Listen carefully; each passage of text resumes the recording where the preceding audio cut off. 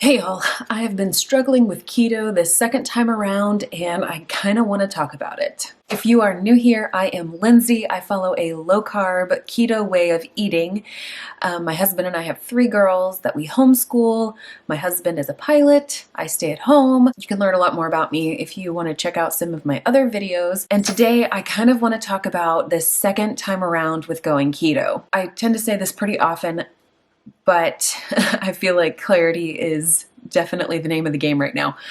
Back in 2016, I started using Trim Healthy Mama as a way of eating in order to lose weight. I was fed up with how I felt. I was fed up with how my clothes fit.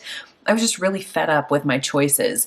So I went on the Trim Healthy Mama way of eating, and after about 2.5 weeks, I started to realize I was only eating high-fat, low-carb, moderate protein meals. So I researched that, found out that that lined up with the nutritional ketosis way of eating. I ate keto for the entire year of 2016 and for the first, 5 weeks of 2017. And then we found out that we were pregnant with our youngest. So I ate in survival mode, basically. Pregnancy and I do not get along, and just trying to eat anything that I could hold down was a major feat. So I went back to eating a lot of grain, a lot of breads and pastas and candy and junk. So that was kind of 2017 until Lauren was born, and then I went on to the Trim Healthy Mama way of eating again because I knew I needed carbs in order to produce enough milk to sustain her. I did that until for the end of 2017, all of 2018, and then in January of 2019, this year, I weaned her and moved back over to nutritional ketosis. There are some things that I've kind of discovered over the past, I don't know how many weeks it's been, at least 6 weeks that I've been on keto. I don't really feel all that much different. I do feel more satiated. I do feel more mental clarity than I did on Trim Healthy Mama, and I do feel just a lot more in control of my life. But I have felt as if this go around has not been as easy as it was my first go around on keto. My clothes are not fitting any differently, and I have not weighed since, Ash Wednesday. I gave up the scale for Lent, and I'm not weighing in again until Easter. So I have no idea if I have gained or lost any weight. I just know that my clothes have not really fit any differently than they did from the last time that I weighed in. Now, I don't really struggle with the scale portion of it. I do struggle a lot with the fact that my clothes are not fitting me the way that I want them to. And I got to thinking, why is it so difficult for me to eat keto this time around? And I got to thinking about what are the factors, like what variables have changed this time around versus the previous time in 2007 or 16. So I'm 3 years older. I've had a baby since the first time I started keto. And so I think my hormones are still trying to figure life out. And I think that my hormones are shifting in general. And I don't believe that being 35 is old by any stretch of the imagination, but I do see a difference in myself between being 32 and 35 and having an extra child, and just life is generally more stressful these days than it was 3 years ago. Another piece that I feel like has really shifted is the fact that I know keto. I know what to do in my keto experience.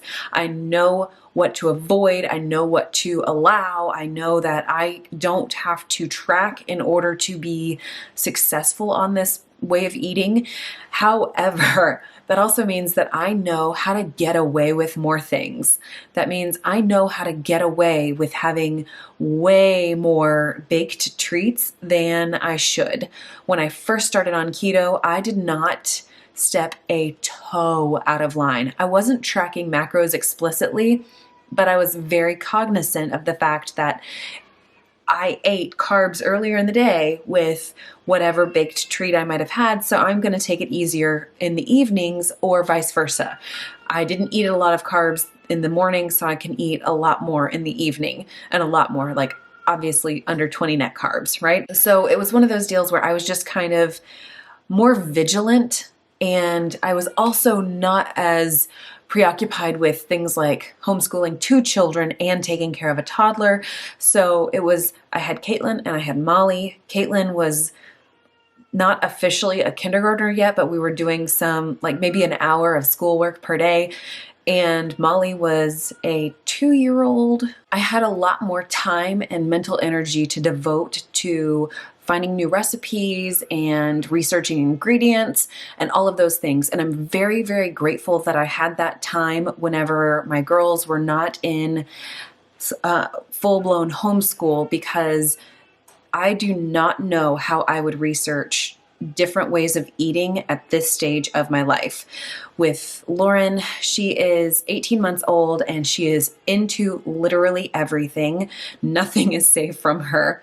I can't sit down and look at anything in order to research things unless she is asleep and I don't need to be working with the big girls. So I'm very grateful that I had the opportunity to figure out keto back in 2016, so that whenever I decided to go back on keto back at the beginning of this year, I was not trying to swim with a 200-pound cinder block tied to my feet. Knowing what to do is so super helpful. Knowing how to do it is super helpful, but knowing everything that I do know and knowing what my weaknesses are and having grace for myself happens to be a huge downfall for me.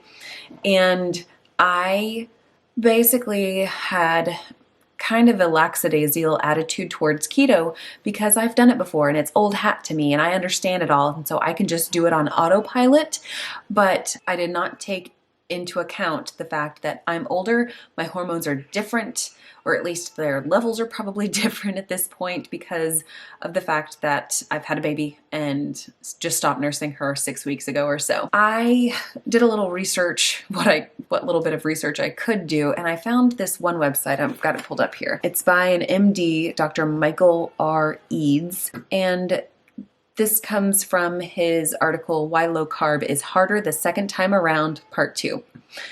And he says, despite the title of this post, it isn't really about why low carb is harder the second time around per se.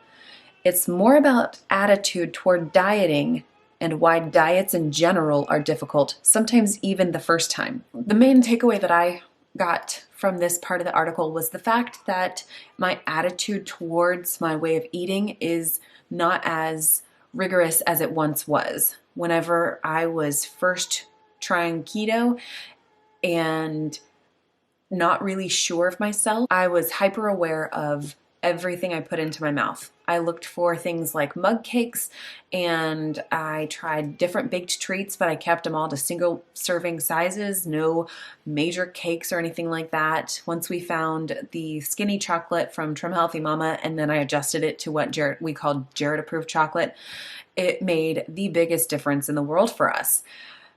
But I was very cognizant of every time that I would open up the refrigerator and take a piece of that chocolate. I didn't have the accountability of having a YouTube channel. I was just flying solo, literally. Jared jumped on board, so I was his accountability, or at least his reference guide for the most part, whenever he was first starting. So I felt very confident in the knowledge that I had because I was helping to advise him. And I think that the more that you teach some kind of material, the more ingrained into your own mind it becomes. So with all of that, I've been feeling like my body has stalled out, but I don't think that's true. My brain thinks that I've stalled out, but I think the reality is carb creep. And that's a term that sort of describes whenever you allow a few extra carbs here, a few extra carbs there, and that becomes a very big problem whenever you are trying to keep it around 20 net carbs per day. I bought some Quest Hero bars, which are basically glorified candy bars with allulose and erythritol, and they claim to have something like 4 grams of sugar per, oh, no, it's 4 net carbs per bar.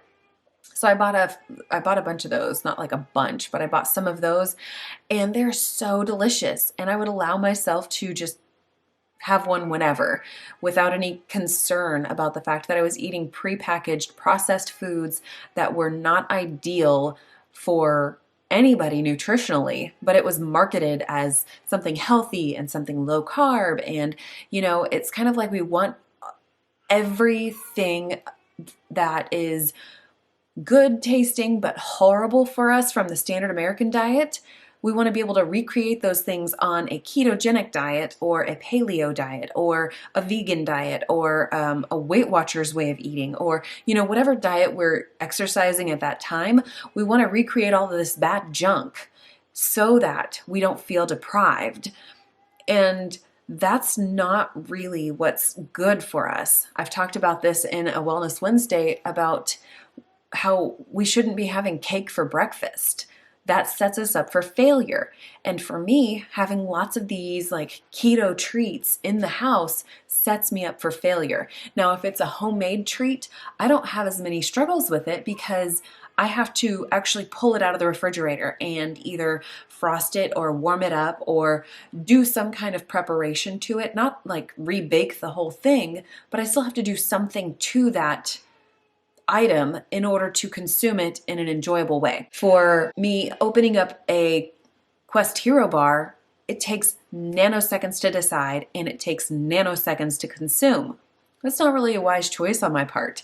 So I've basically been sabotaging myself by allowing these things in my life that I know are not what my body needs, but I'm buying into the hype and the marketing that they're still okay. So I guess what all this needs to boil down to is I need to get back to that place where I don't feel as confident in what I'm choosing to eat. I need to go back to novice mentality and get back to the basics and the roots of the nutritional ketosis movement so that I can eat in a way that nourishes my body and helps me to shed the excess fat. I have some problem areas that I would really like to see eliminated, hopefully this year. Whenever I did keto back in 2016, my number one problem area, my stomach, it got so much flatter. Not like perfectly washboard abs flat,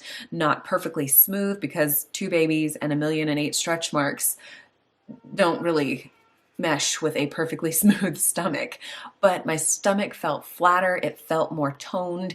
It was just, I was much happier with the way that my body felt at that time. And that's my number one problem area again. I am trying a few things out to see what will best serve my body in order to achieve the goals that I have. All of this to say, I am still dealing with an 18-month-old, a 5-year-old, and an 8-year-old who all have their own agendas about how days should go and what we should do and shouldn't do. And parenting takes a whole lot of mental and emotional and physical effort. So I am going to be a little bit more, I don't want to say gracious with myself, but I am going to be more mindful that this quest to find health for myself is going to be a somewhat slower process than it was when I only had 2 children and we were not in the thick of trying to homeschool more than one child. So I have my mind set on staying with this keto way of eating. I do feel the healthiest whenever I do it properly, and I'm committed to it. And I think that's really key for me at this junction in this quest. So I don't know. I feel like I've kind of blathered on for a while now, but I would love to ask you a question. Have you followed a way of eating and then after some time fallen off the wagon and then jumped back on? And how did that go for you? Were you successful the second time around, or the third or the fourth or the fifth or whatever? Or was it trickier for you to get into the mindset for following that way of eating and then sticking with it without falling into the trap of, I know how to work the system, so I'm gonna work it the way I want to, not the way that I should. That is all I have for you today. I appreciate you watching. I will be waiting with bated breath to read your comments down below, and I hope you have a good one. I'll see you in the next video.